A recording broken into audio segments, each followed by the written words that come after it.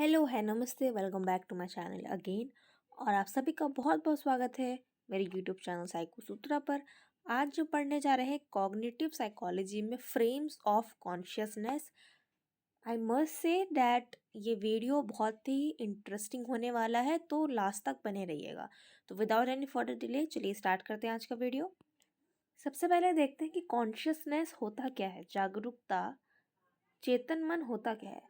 तो consciousness is a term used to describe the awareness of our physical and mental experiences।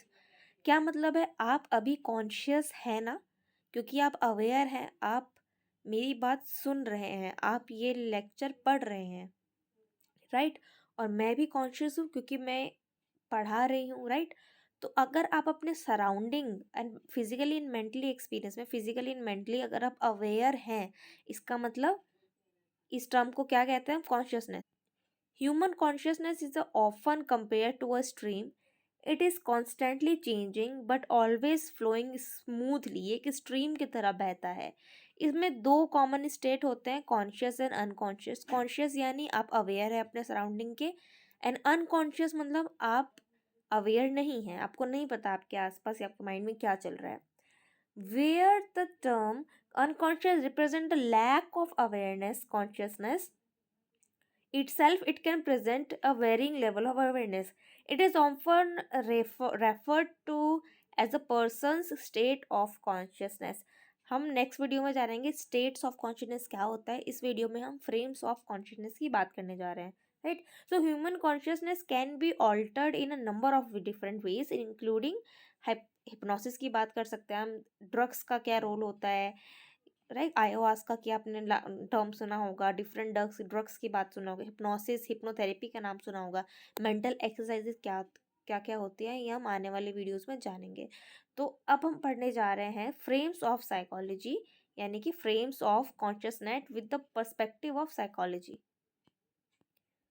It refers to a different ways our mind structures and process experiences, thoughts and perception।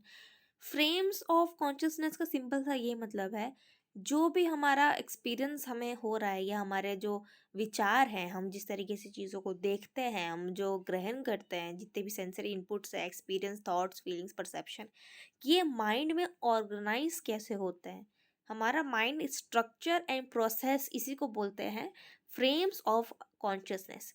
अब frames of consciousness की पहली बात करें तो हम perceptual frames देखेंगे, फिर cognitive frames, emotional frames, temporal frames, self referential frames and cultural and social frames के थ्रू भी हम कॉन्शियसनेस को जानेंगे। सबसे पहला है perceptual frames, that involves how we organise and interpret. देखिए, परसेप्चुअल का मतलब ही परसेप्शन होता है, किसी चीज़ की के प्रति क्या आप अवधारणा रखना है, आपके विचार क्या हैं, ओपिनियन क्या है उस चीज़ को लेके। So this involves how we organize and interpret sensory information। this process is influenced by various factors। इसमें अटेंशन अगर हम किसी इंफॉर्मेशन में पे करेंगे, फॉर एग्जांपल अगर एक हम कहीं फेयर में गए हैं, मेले में गए हैं और हमें अचानक से ना हमारा अटेंशन गया एक छोटी सी बच्ची पे, जो जिसके आसपास कोई नहीं है और वो रो रही है।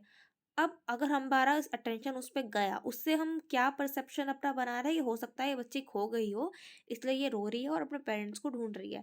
सो अटेंशन इसमें बहुत इंपॉर्टेंट रोल प्ले प्ले करता है। determines what sensory information is processed। for example focusing on a conversation in a noisy room। फिर है इसका गेस्टॉल प्रिंसिपल से, this principles explains how we perceive patterns and objects as a whole form rather than just a collection of parts।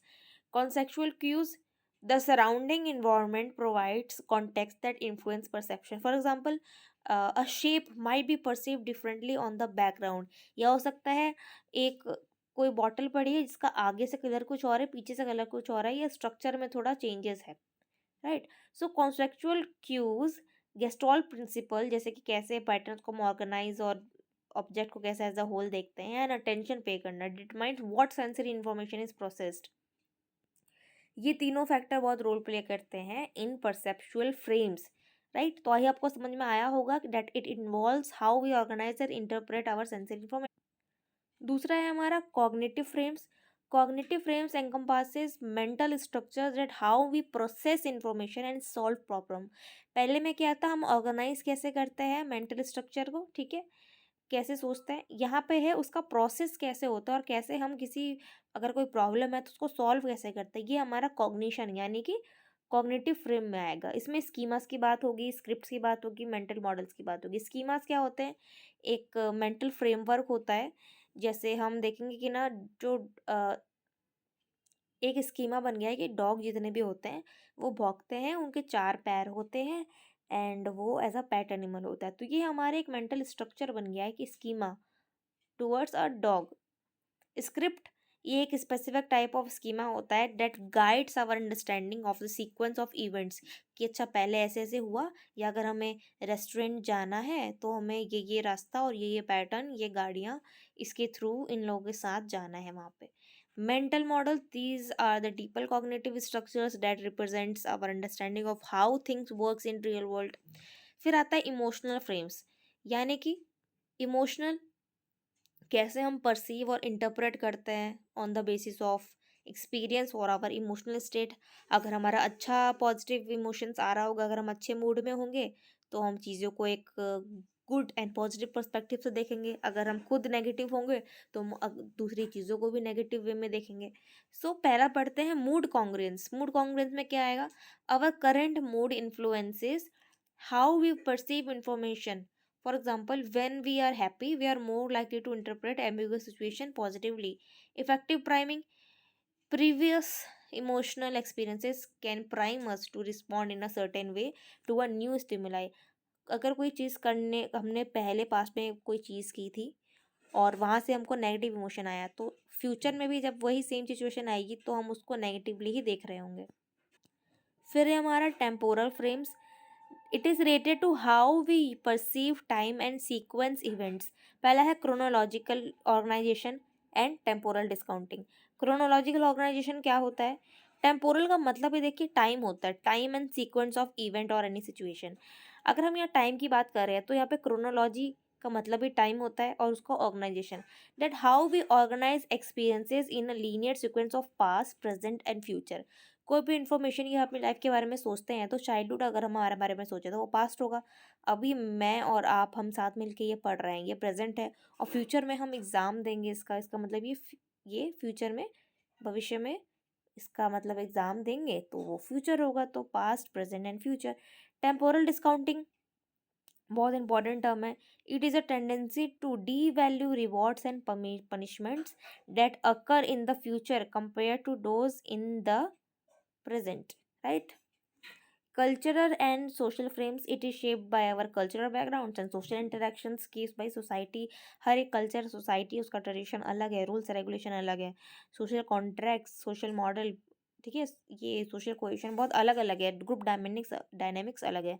तो वो कैसे influence करता है कि कैसे हम इंफॉर्मेशन को इंटरप्रेट कर रहे हैं और किस सेटिंग में कैसे बिहेव कर रहे हैं। लाइक एक कलेक्टिविस्टिक अगर कोई कल्चर है तो उसमें हम ना ग्रुप को प्रायोरिटाइज करेंगे, और अगर कोई इंडिविजुअलिस्टिक है, जैसे जो वेस्टर्न लोग हैं, वो इंडिविजुअल अचीवमेंट को ज़्यादा प्रायोरिटी देंगे। सेल्फ रेफरेंशियल फ्रेम्स क्या होते हैं, इसमें दो चीज़ें आएंगी, सेल्फ स्कीमा, आइडेंटिटी और रोल्स। मतलब ये खुद के बारे में बात करिए, हम खुद को कैसे देखते हैं, समझते हैं, और हमारे एक्सपीरियंस से कैसे हम सीखते हैं। Self schemas, that these are the cognitive representation of our self, कि हम खुद को कैसे देखते हैं, हमारा ट्रेड क्या है, हम बिहेवियर कैसे करते हैं, और हमारे क्या अलग अलग बिलीफ सिस्टम से। आइडेंटिटी एंड रोल्स, की डिफरेंट कॉन्टेक्स्ट में हम पेरेंट के लिए एक एज अ चाइल्ड है, हमारे बॉस के सामने हम एक एम्प्लॉय हैं, तो ये सारी चीज़ें कैसे इन्फ्लुएंस करता है, that how we perceive and respond to different situations. Application and importance की बात करें तो देखिए, कॉन्शियसनेस तो बहुत ज़रूरी है, वरना हम प्रेजेंट में बिना अवर ले रह के कोई काम नहीं कर पाएंगे। तो थेरेपी एंड काउंसलिंग में ये यूज़ होता है फॉर श्योर। जैसे भी जो भी, फॉर एग्जांपल अगर कोई डिप्रेशन है, अगर किसी लव वन का डेथ हुआ है और वो डिप्रेशन में गए हैं और उनको पोस्ट ट्रॉमेटिक स्ट्रेस है, उससे बाहर निकलने के लिए ये दो चीज़ें होती हैं, एक होता है एडेप्टिव स्ट्रेटेजी, एक होता है माल एडेप्टिव। एडेप्टिव यानी कि वो थेरेपीज लेंगे, सेशन लेंगे, जिससे यहाँ पे उनका थॉट प्रोसेस रिफ्रेम होगा, रिस्ट्रक्चर होगा, उनको हेल्प मिलेगा through different therapies like CPT हो गया या एमबीसीटी, बहुत सारे थेरेपीज़ होते हैं। वही माल अडेप्टिव कोपिंग स्ट्रेटजी क्या होती है कि अल्कोहलिज़्म में चले जाना या डिप्रेशन में है, सैडनेस है, तो आइसोलेट हो जाना, ऐसे गलत-गलत चीज़ों में या डिनायल फ़ेज़ में चले जाना उसको बोलते हैं, right? So therapy and counselling में ये बहुत यूज़ होता है, फिर एजुकेशन में बहुत यूज़ होता है। अगर हम एजुकेशनल सेटिंग्स में बच्चों को इस बारे में पढ़ाएँगे और इसकी रिलेटेड टेक्निक्स करवाएँगे, तो हो सकता है एकेडमिकली परफॉर्मेंस एनहांस हो। मार्केटिंग में काफ़ी यूज़ होता है, enables that the creation of messages that resonate with the target audience frames of reference. AI में बहुत यूज़ हो रहा है। In artificial intelligence inform that development of systems that mimic human cognitive processes. So I hope आपको आज का video पसंद आया हो। प्लीज़ लाइक कीजिए, कमेंट कीजिए और बताइए कमेंट सेक्शन में आपको हमारा वीडियो आज का कैसा लगा। और इसी के ऊपर फंक्शंस ऑफ कॉन्शियसनेस भी आएगा, स्टेट ऑफ कॉन्शियसनेस आएगा। बहुत ही इंटरेस्टिंग इंटरेस्टिंग टॉपिक आने वाले हैं। So stay tuned. Bye bye.